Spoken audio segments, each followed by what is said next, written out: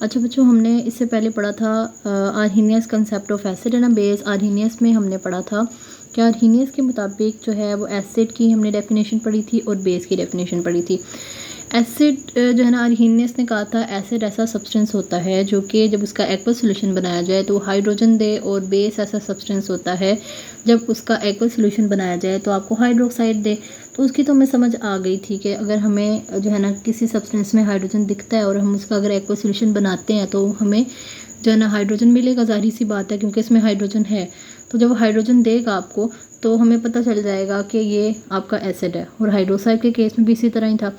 लेकिन हमने उसकी लिमिटेशंस भी पढ़ी थी कुछ, कि आर्हीनियस की लिमिटेशंस क्या थी, उसके जो थ्योरी थी उसने जो दी थी उसमें कुछ फॉल्ट्स थे। वो फॉल्ट्स क्या थे कि वो सिर्फ एक्वस मीडियम की बात कर रहा था कि एक्वस मीडियम में अगर हम किसी सब्सटेंस को वाटर में रिजोल्व करते हैं और उसका एक्वस मीडियम में उसका सोल्यूशन बनाते हैं तो अगर हमें हाइड्रोजन या हाइड्रोक्साइड मिलता है तो एसिड और बेस की डेफिनेशन पर वो पूरा उतरता है। लेकिन ऐसे सब्सटेंस जो कि वाटर में रिजोल्व ही नहीं होते, वो गैस की फॉर्म में है, तो फिर उनका कैसे पता चलेगा कि वो एसिड है या बेस है। जैसे अमोनिया गैस होती है, कार्बन डाइऑक्साइड गैस में अगर अमोनिया के फॉर्मूले में देखें तो अमोनिया का क्या फॉर्मूला होता है, NH3।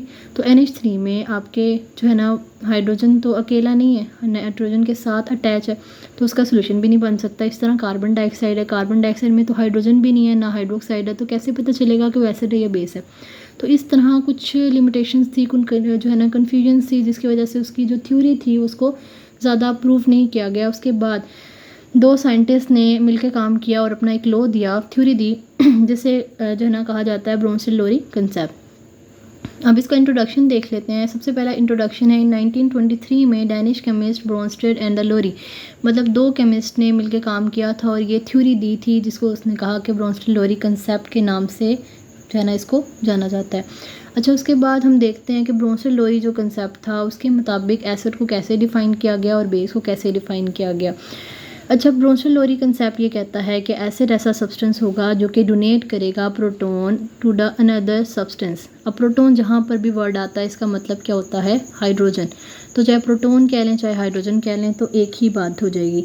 तो ब्रोंस्टेड-लोरी कंसेप्ट के मुताबिक एसिड क्या है, जो कि प्रोटॉन या हाइड्रोजन दे किसी और सब्सटेंस को। मतलब अब आप अगर रिएक्शन करवाते हैं, दो आपके पास सब्सटेंस है, उन दोनों में से जो हाइड्रोजन देगा वो आपका एसिड होगा। इसी तरह बेस की डेफिनेशन क्या होगी, ऐसा substance that can accept a proton from another substance, कि बेस ऐसी सब्सटेंस होगा जो प्रोटॉन जो है ना वो लेगा दूसरे सब्सटेंस से। जारी बात है, एसिड अगर दे रहा है तो बेस ऐसा सब्सटेंस होगा जो कि एक्सेप्ट करेगा, ले लेगा। ठीक है, तो ये डेफिनेशन होगी। अब एग्जांपल से देख लेते हैं कि क्या आपके पास कैसे पता चलेगा कि वो आपका एसिड है या बेस है, या कौन सी चीज़ एसिड है कौन सी चीज़ बेस है।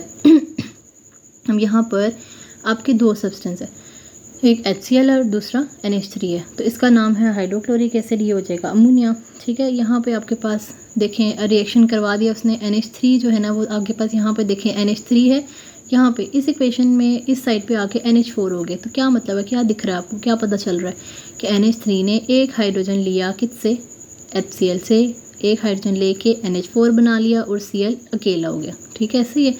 तो यहाँ पे आपको क्या पता चल रहा है कि यहाँ पर एक सब्सटेंस हाइड्रोजन दे रहा है और दूसरा क्या कर रहा है, एक्सेप्ट कर रहा है। तो जो है ना ब्रोंस्टेड-लोरी ने क्या कहा था, ऐसा सब्सटेंस जो कि डोनेट करे वो एसिड है और जो एक्सेप्ट करे वो बेस है। तो हाइड्रोक्लोरिक एसिड क्या कर रहा है, अपना हाइड्रोजन दे रहा है तो वो क्या है, एसिड है, और NH3 क्या कर रहा है, एक्सेप्ट कर रहा है तो वो क्या है, बेस है। तो इस तरह हमने देखना है कि एसिड क्या होता है और बेस क्या होता है।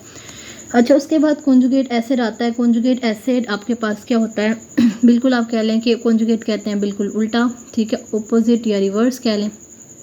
तो अगर इस इक्वेशन में HCl यहाँ पर जो है ना एसिड है तो इस साइड पे जो Cl होगा वो क्या होगा, कॉन्जुगेट बेस होगा।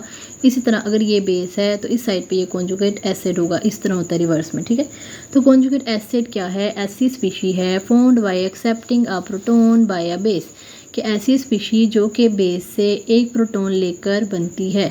ठीक है, कॉन्जुगेट बेस में क्या होगा, इस फॉर्म बाय डोनेटिंग, यहाँ पर आपको याद होगा आपने एसिड की डेफिनेशन में ऊपर पढ़ा है कि एसिड ऐसा सब्सटेंस होता है जो कि क्या करता है, डोनेट कर रहा है प्रोटॉन। लेकिन कॉन्जुगेट एसिड में क्या होगा, डोनेट की जगह आपने एक्सेप्ट लगा देना है। ठीक है, कंसेप्ट उल्टा कर दिया ना आपने, जैसे आपने बेस में पढ़ा ऊपर कि बेस ऐसा सब्सटेंस होता है जो कि क्या करता है, एक्सेप्ट करता है प्रोटॉन, लेकिन कॉन्जुगेट बेस क्या होगा, जो कि क्या करेगा, डोनेट करेगा प्रोटॉन। ठीक है, तो इस तरह आपने डेफिनेशन याद कर लेनी है। उसके बाद हमारे पास आ जाती है इसकी एग्जाम्पल में आपको यहाँ पे दिया हुआ है CH3C डबल बॉन्ड OH, इसको क्या कहते हैं, एसिटिक एसिड, ये है आपका वाटर। इस तरह यहाँ पर इस साइड पे CH3CO बन रहा है। अब यहाँ पे आप डिफरेंस देखें कि क्या चेंजेस आए हैं रिएक्शन के अंदर। यहाँ पर आपका एसिटिक एसिड है, यहाँ इसमें और इसमें क्या फ़र्क नज़र आ रहा है आपको।